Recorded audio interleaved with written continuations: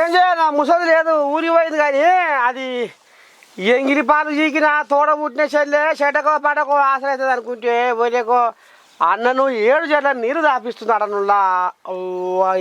ఏంది గందరగోళం ఇక చూడు ఇలా పంచాది పాడైపోను ఏమి అమ్మో ఏమో చేస్తట్టే ఉంది కోసం.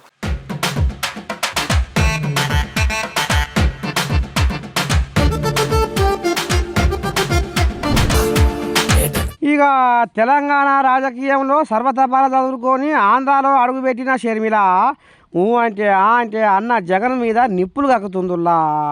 ఏడ సందు దొరుకుతుందా అని ఎదురు చూసుకుంటా తోడబుట్టిన అన్న కుర్చీని గుంజుకుంటందుకు షర్మిల అడుగున అన్న తప్పుల్ని ఏంచిపోసుకుంటా జనాల దృష్టి మలుపుకుంటుందో.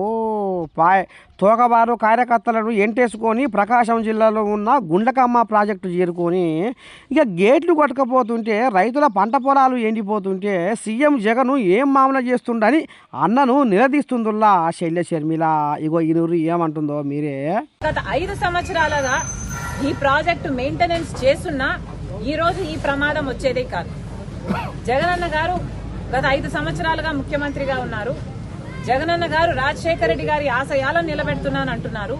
కానీ సమాధానం చెప్పాల్సిన విషయం ఏమిటంటే రాజశేఖర రెడ్డి గారు 750 కోట్లు పెట్టి ఈ ప్రాజెక్టును కడితే మీరు కనీసం సంవత్సరానికో లేకపోతే 2-3 సంవత్సరాలకు ఒకసారో 2 కోట్లో 4 కోట్లో రిలీజ్ చేసిన ఈ మెయింటెనెన్స్ పనులు జరుగుతాయి.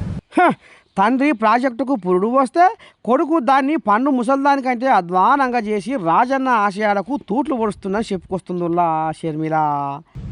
కానీ రాజశేఖర రెడ్డి గారు 700 కోట్లు పెట్టి ప్రాజెక్టు కడితే మీకు కనీసం ప్రాజెక్టు మెయింటైన్ చేసే ఇంగితం కూడా లేదు అంటే మరి మీరు రాజశేఖర రెడ్డి గారి ఆశయాలను ఎలా నిలబెడుతున్నారో వైసీపీ నాయకులు సమాధానం చెప్పాలి. ఇంకా ఇంతే కాదులో వైసీపీ ఎమ్మెల్యేలను మంత్రులను కూడా కడిగి పారేసిందిలా షర్మిల. అమ్మా చిన్నసన్నది ఏం కాదుగా షర్మిల. ఇగో ఈనూరి మీ పుణ్యమా అని ఈరోజు ఇంతమంది మంత్రులు ఎమ్మెల్యేలు వీళ్ళందరూ ఉన్నారు ఇక్కడ. సంబంధిత మంత్రి అయితే సంక్రాంతి డాన్సులు చేస్తాడంట తప్ప పని చేయడట.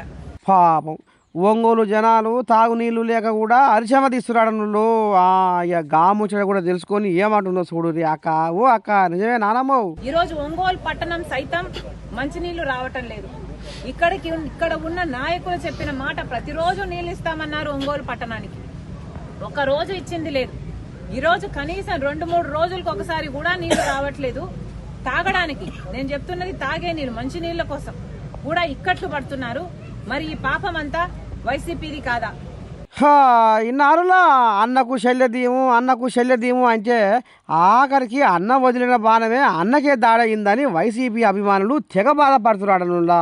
ఏంది రాశాంగం అని అంటే చూడురే రాజకీయం సల్లగుండా ఇటువంటి బంధాలను ఏ రకంగా చేస్తుందో. వామ్మో.